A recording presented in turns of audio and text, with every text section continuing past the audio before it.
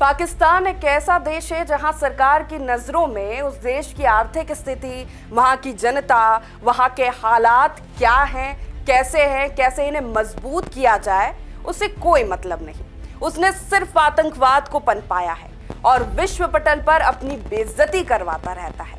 और इस बार भी पाकिस्तान ने वही नापाक हरकत भारत के साथ दोहराई, लेकिन इस बार भारत ने बता दिया, छेड़ोगे तो छोड़ेंगे नहीं। भारत ने पहले 3 दिनों में ही पाकिस्तान को इतना तबाह कर दिया जिसका उसे अंदाजा भी नहीं था। पाकिस्तान भी बड़ा अजीबोगरीब देश है। उसके पास ना तो खाने के दाने हैं और ना ही लड़ने के ठिकाने। फिर भी वे अपनी नापाक हरकतों से बाज नहीं आ रहा है। 22 अप्रैल 2025 को पहलगाम में आतंकियों ने निर्दोष सैलानियों को उनकी पत्नी बच्चों के सामने मौत के घाट उतारकर हिंदुस्तान के पीएम को सीधी धमकी दी थी। खून की होली खेलने के बाद आतंकिस्तान को इस बात का अंदाजा नहीं था कि अब पूरा भारत गम और गुस्से में उबल उठेगा। उसकी धरती डोल जाएगी, पाक फौज के पैर कांपने लगेंगे, जनता सिहर उठेगी। हमेशा की तरह वे ये मानकर चल रहा था कि ज्यादा से ज्यादा उरी और पुलवामा की हिंसक घटना के बाद जैसी कोई स्ट्राइक होगी और फिर मामला शांत हो जाएगा। पाकिस्तान की तैयारी सीमा पर वार की थी, लेकिन भारत ने पाकिस्तान के सीने पर वार कर दिया। लेकिन उन्हें ये नहीं मालूम था कि ये नया भारत है। ये डोजियार नहीं, डोज देता है। दुश्मन के घर में घुसकर मारने वाला मुल्क बन गया है।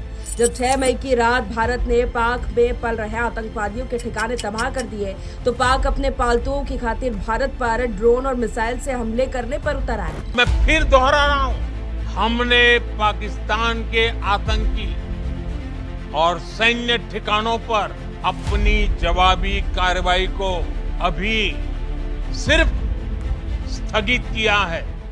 भारत ने पाक से आई फुलझड़ियों को न केवल नेस्तनाबूद कर दिया, बल्कि जवाबी कार्रवाई कर उसके 8 एयरबेस तबाह कर दिए। इसके साथ ही पाक का एयर डिफेंस सिस्टम और रडार भी नष्ट कर दिए।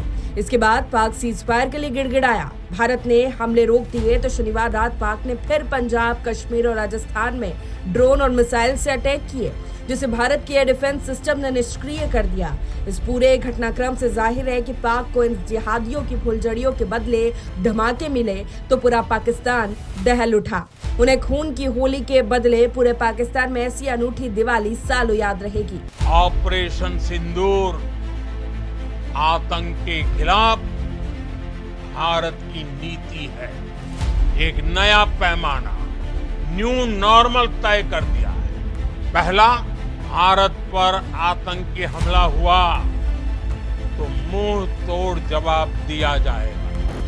दूसरा, कोई भी न्यूक्लियर ब्लैकमेल भारत नहीं सहेगा। तीसरा, हम आतंक की सरपरस्त सरकार और आतंक के आकाओं को अलग अलग नहीं देखेंगे। हालांकि पाक में कोई किसी की नहीं सुनता है। प्रधानमंत्री शहबाज शरीफ के फरमान सेना प्रमुख आसिफ मुनीर नहीं मानते हैं, तो मुनीर के आदेश निर्देश पर नीचे के फौजी अफसर कान नहीं देते हैं। पाकिस्तान शायद दुनिया में ऐसा अनोखा देश होगा जिसके पास एक सरकार रहती है, जबकि दुनिया के सभी मुल्कों के पास फौज रहती है।